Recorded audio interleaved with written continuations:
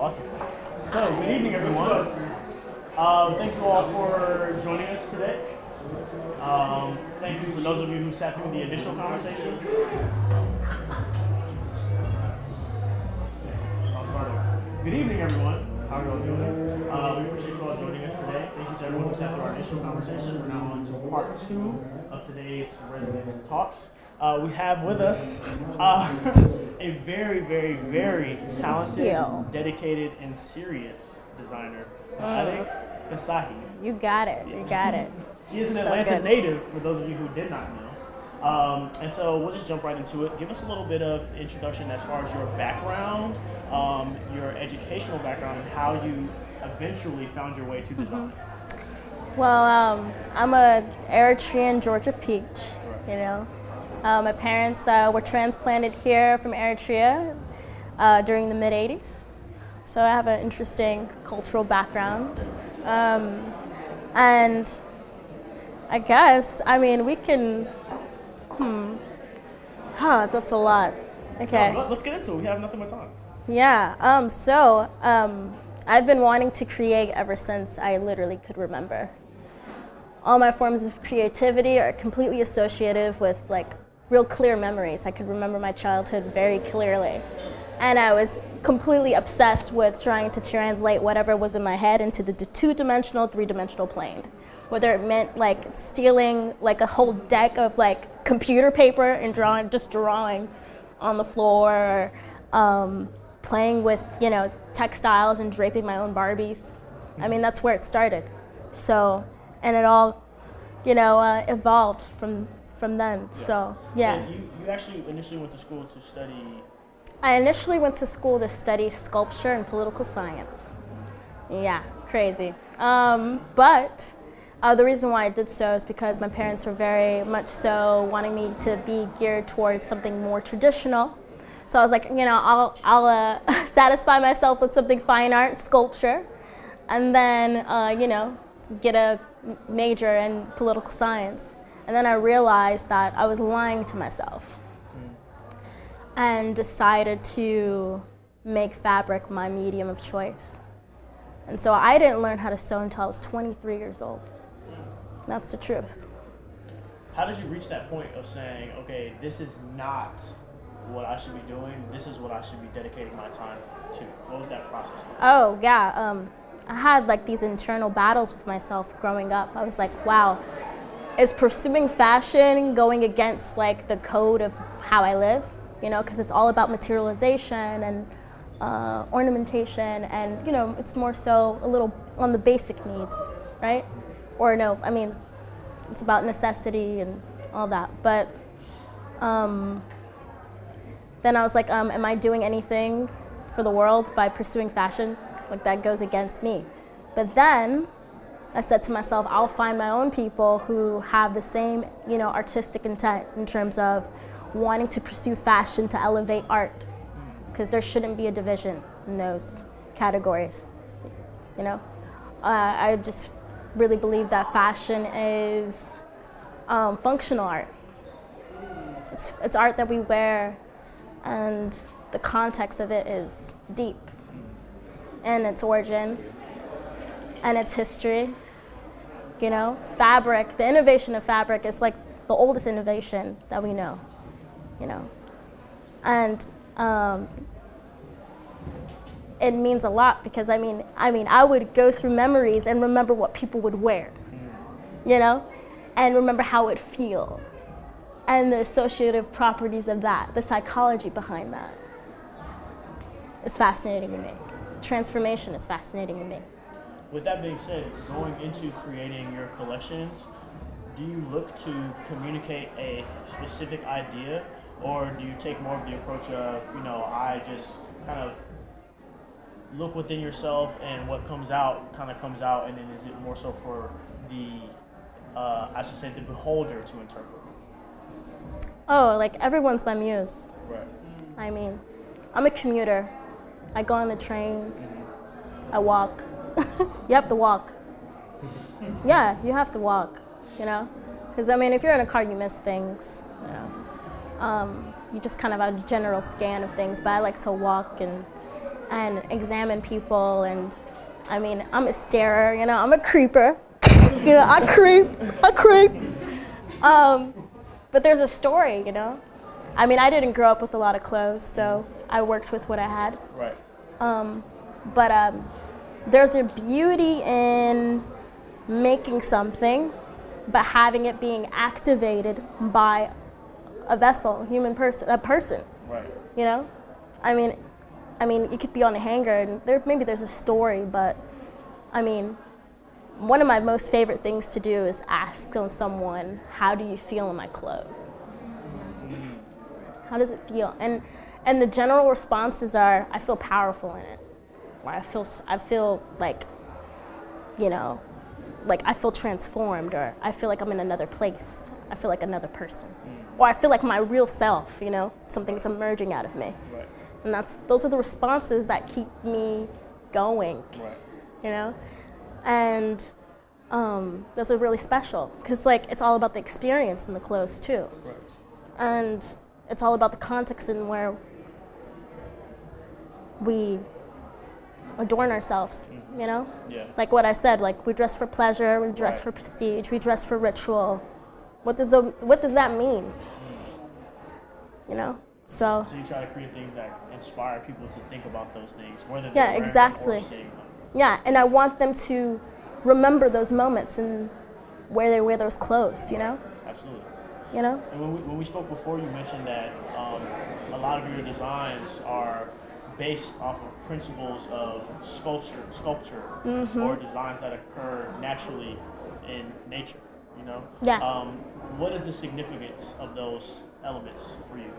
For me, it's important to draw inspiration from non-fashion sources. And whatever discipline you're in, don't draw inspiration from your own discipline.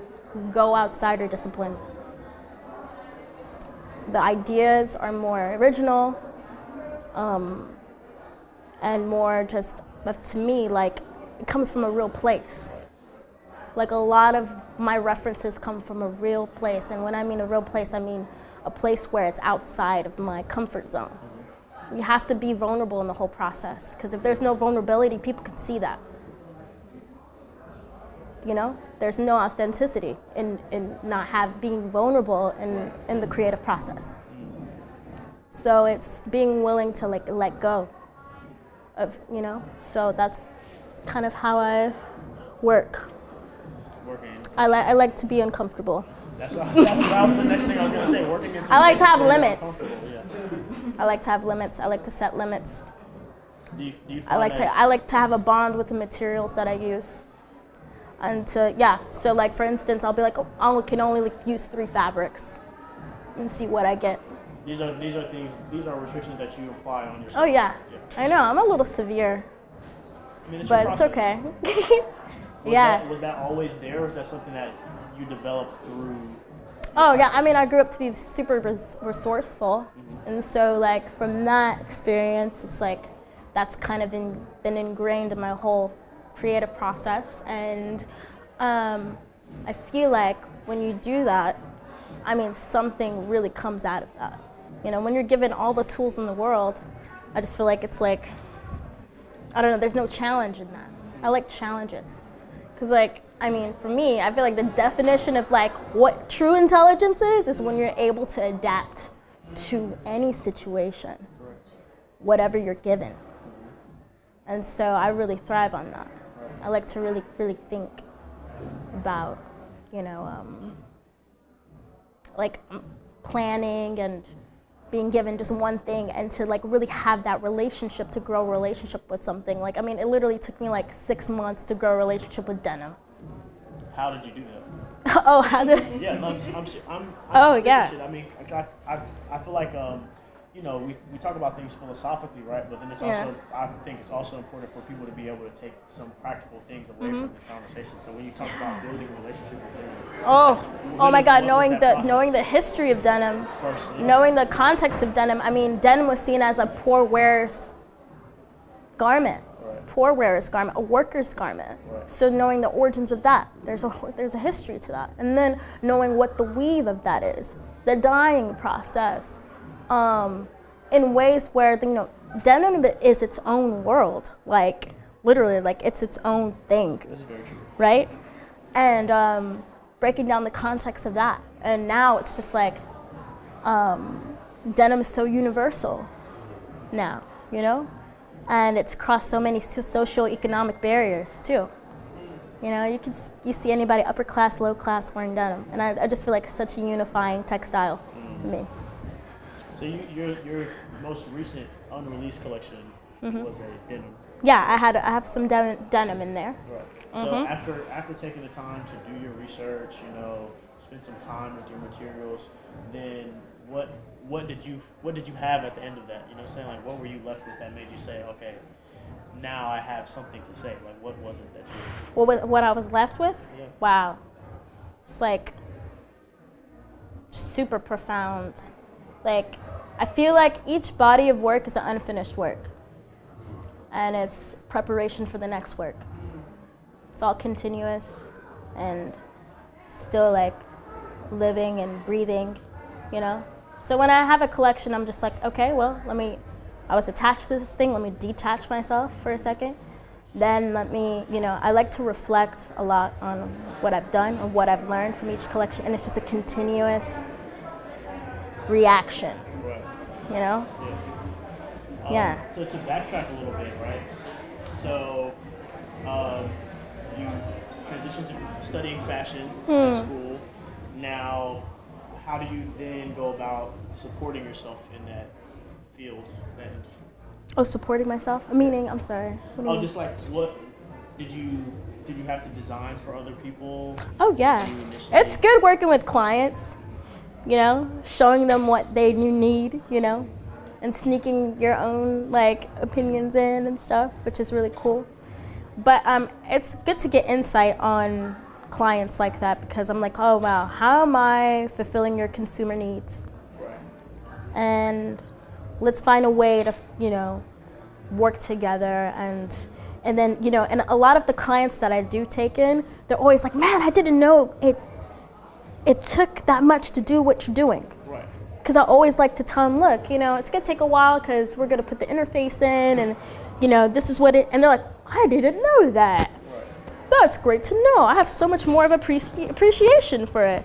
So like I like to kind of like teach my my clients on things, and they're more appreciative. They're like, okay, I'll give you a deadline. I'll extend the deadline because it's like I didn't understand that like that couldn't, I thought it would be faster. I'm like, no, it takes time. So then, how do you go about connecting? How do you go about connecting with people that don't have a true understanding of what it is that you do? Do they find you? Do you seek them out? Is it like a word of mouth kind of thing? Oh no, I show them the difference of what a shitty garment is and what a good garment is. It's like, yeah, like try on a $3,000 jacket. It's different. Like it's, and let me tell you, have you ever seen a designer garment in the garbage? Ever seen a Chanel jacket in the garbage? No, because luxury has emotional durability. And you know what emotional durability is? It's what keeps this fashion cycle not killing itself. The H&Ms, the Zaras, that's what's killing humanity. That's what's killing us. Emotional durability. If you start with a good product, people will stick with it and they will wear it until that shit is just dissolved. Like we need to see ourselves, consumers, right? We need to see ourselves as curators of our own lifestyles. So that kind of brings up an interesting question for me because I think nowadays especially, right, we have this, I don't know, it's kind of like this advent of what I would call like luxury wear, you know what I'm saying? Or a situation where like I feel like clothes have become more expensive, like regular clothes have become more expensive. It used to be you have a smaller brand, a designer, you could get a t-shirt for like $20, you know. Now people are making their first collections, their t-shirts are $40, $45, $50, you know. So what, as consumers, what should we be looking for, you know, from a technical perspective? You should know, like, I want to draft up the guidelines of what makes a good garment. Yeah, let's talk about it. And this is what I tell my clients. It's not even about the way it's sourced in terms of fabric. It's the way it's cut. Okay. A lot of people don't know that. It's the way your garments are cut. It's the way the sequence of it being sewn, like the order and the way it's sewn, that controls the quality of the garment. And also, yeah, those are the main parts. Because see, look, if, let's say, like a $4,000 jacket. You're like, why the fuck is this $4,000? Yeah, I definitely want to know. You want to know? Yes. Well, they tend to pay their employees more, Okay. right? So that goes within the cost. Right. And when they're cutting fabric, they're cutting sheets of fabric 3 at a time, 4 at a time. When you get something that's mass made, they're cutting 200 sheets at a time. You know what it does? It just shifts the fabric and the grain line. The grain line is the warp and the weft of how things are woven in your fabric. So if the actual shape of the garment is crooked, when you sew it, it will be crooked. Have you guys ever had pants that churned into itself? The seam is just, that's a poorly made garment. And it was probably made in a black market. No, seriously, dungeon. Honestly. Like Literally, a legitimate sweatshop. So the quality of life is better in luxury. The way it's cut is better. The way it's sewn is better. They treat their employees better. Right. Do you think there's a line though between between value and excessiveness?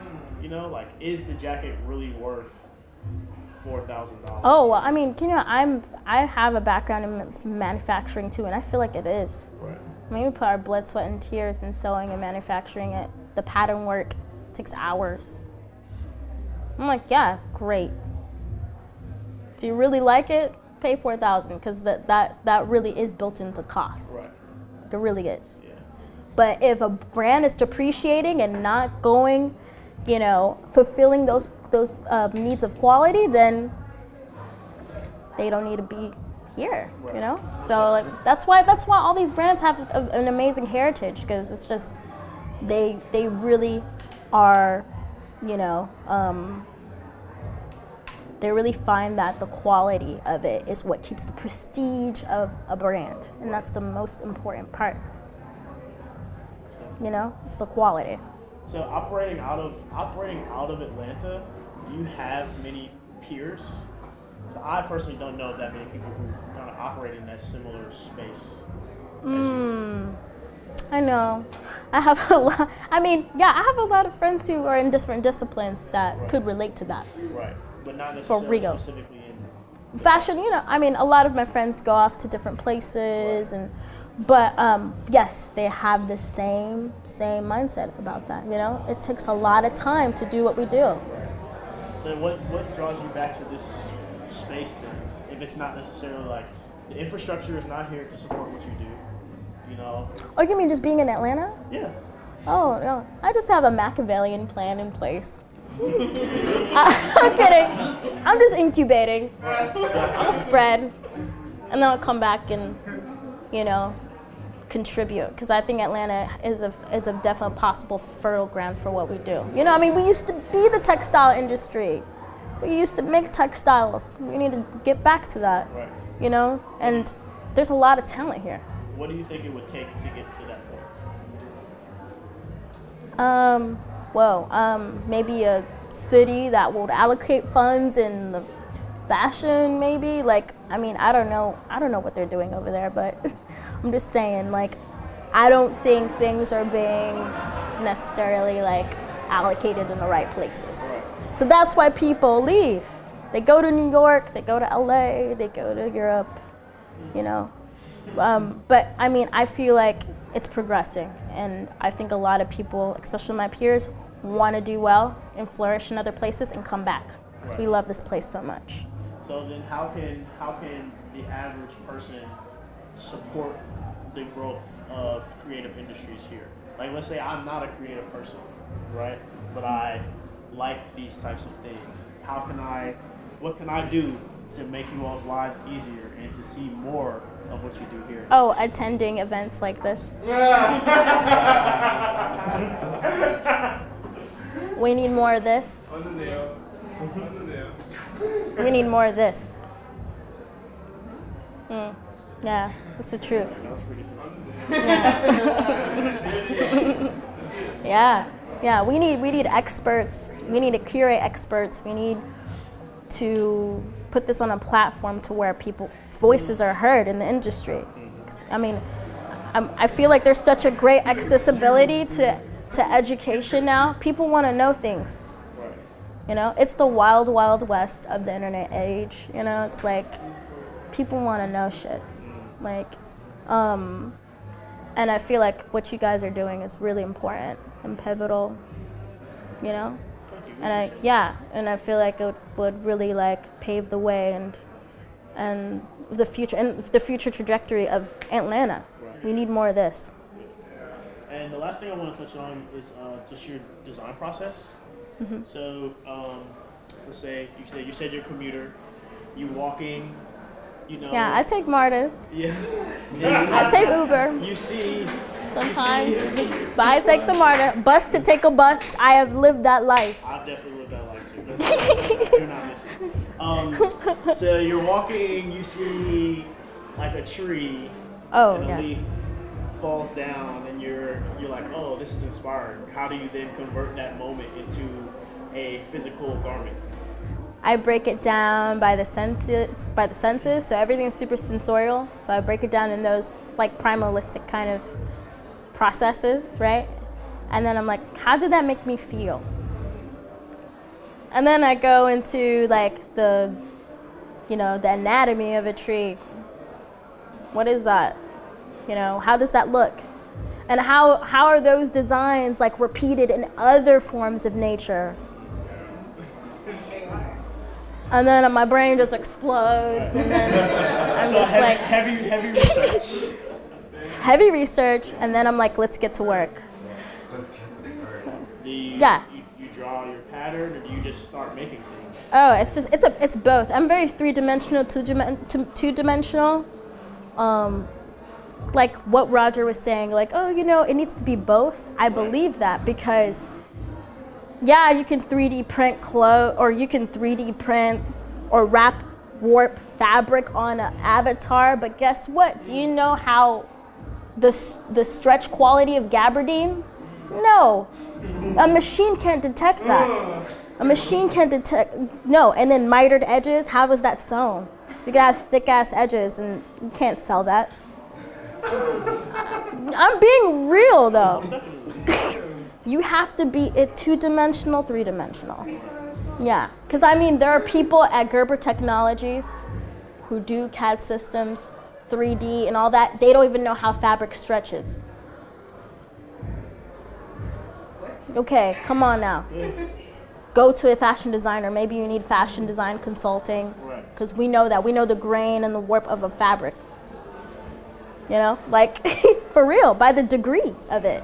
And you still can't figure it out, still now. Generally, how long does it take you to complete a collection? It's like, I don't know if I have a rate, but I mean, I definitely did a really, really big body of work recently, and I did about like 12 looks from scratch in a month. But that's me not sleeping and eating and going through some sort of psychosis. And then, you know, shit, and then it's there. But then there's technical work too that goes into it, just so it can be reproduced. But sometimes I just love when I could just go in, you know? Like Alexander McQueen, he didn't even know pattern making, really. He was a feeler, toucher, you know. He just knew, he's very like intuitive.